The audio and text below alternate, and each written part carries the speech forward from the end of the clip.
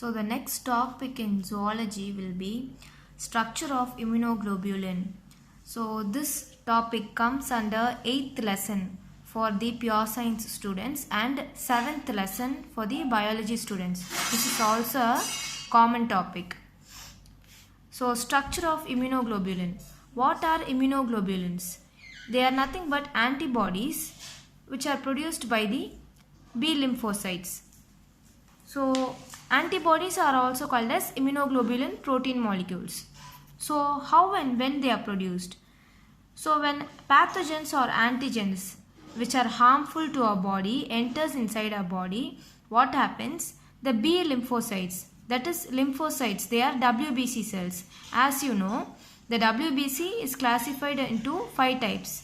Lymphocyte, monocyte, neutrophil, basophil and eosinophil. So they are classified into agranulocytes and granulocytes. So what are agranulocytes? They will not have any granules. So under agranulocytes you have monocyte and lymphocyte. So this is lymphocyte, B lymphocyte. So this is one type of WBC cell.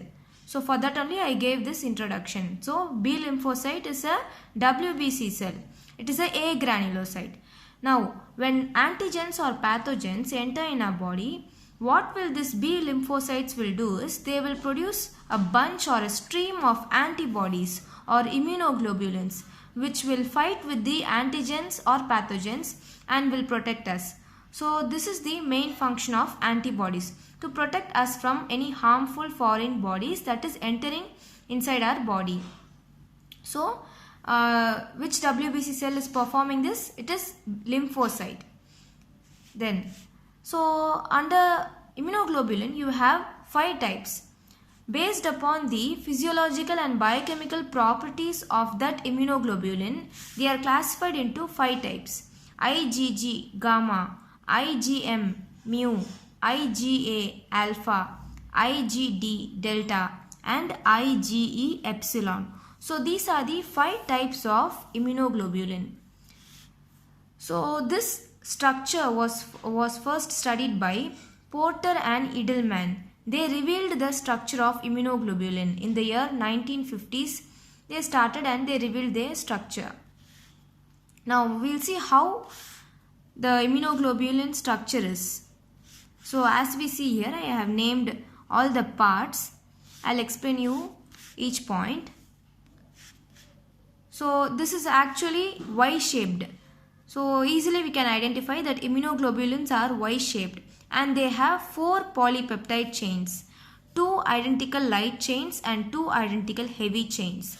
So here the center one, this chain and this chain is called as heavy chain, and the chains on the sides, they are called as light chains. So you have 2 heavy chains and 2 light chains, altogether 4 polypeptide chains.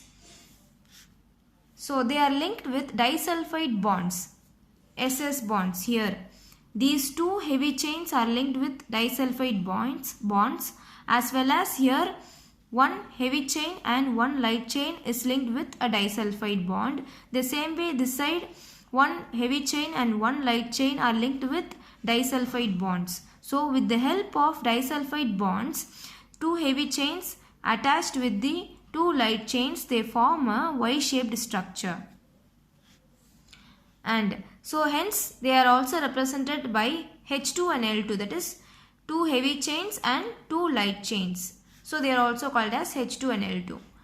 Then each chain has 2 terminals, that is 2 sides, a carboxyl or C terminal, amino or N terminal. So this side is called as N terminal or amino terminal, and this side is called as C terminal or carboxyl terminal. Okay. Then each chain has 2 regions, a variable region and a constant region. Look here, this side is called as a variable region and this base is called as a constant region. The blue color thing is the variable region, whereas here the orange one is called as the constant region. Constant region means for all the 5 immunoglobulins, that is IgG, M, A, D and E, the constant regions will be the same, whereas here the variable regions will be varying for each class. So that is why it is called as the variable region, and this as the constant region.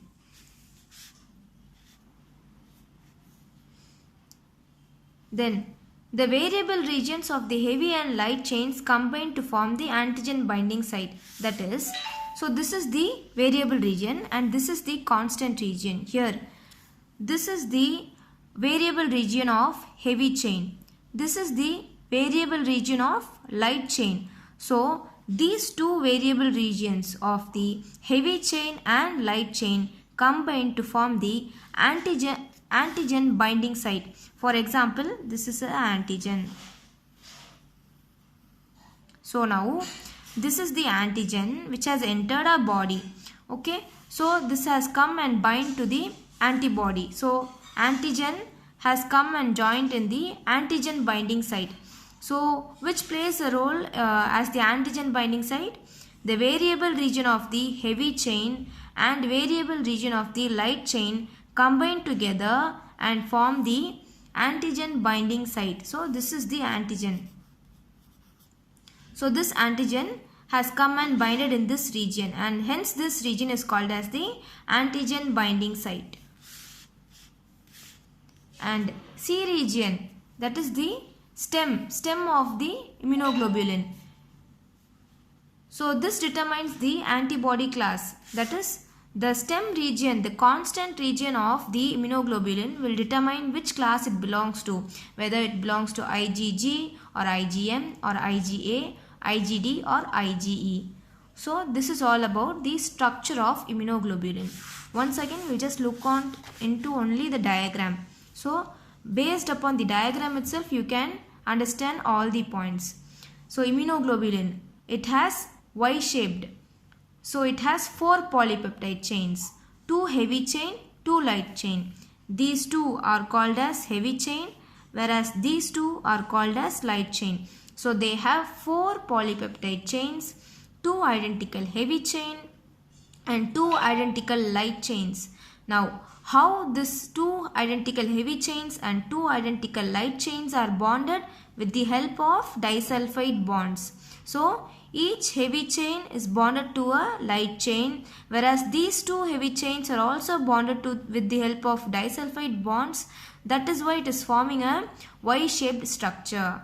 Then each immunoglobulin has 2 terminals, N-terminal and C-terminal, that is amino terminal or carboxyl terminal. Then it has 2 regions, variable region and constant region. Variable region will be varying for each class of immunoglobulin, whereas constant region will be the same for all the 5 class. And one more thing is, variable region will be varying for each antigen. So if a particular antigen has entered our body, to fight with that antigen, this variable region will vary its structure, whereas the constant region will be the same. That is why this side is called as, the side which reacts with the antigen is called as the variable region, whereas the stem of the immunoglobulin structure is called as the constant region. So 2 regions are present, variable and constant region. Then what else? Here the variable region of the heavy chain and the variable region of the light chain form together to form the antigen binding site. So in a single immunoglobulin, you have 2 antigen binding sites. So this will be one antigen binding site and this will be one antigen binding site. So in a single immunoglobulin structure, you have 2 antigen binding sites. So the variable region of the heavy chain and the variable region of the light chain combine together and they make the antigen to fit in this site, and this is called as the antigen binding site.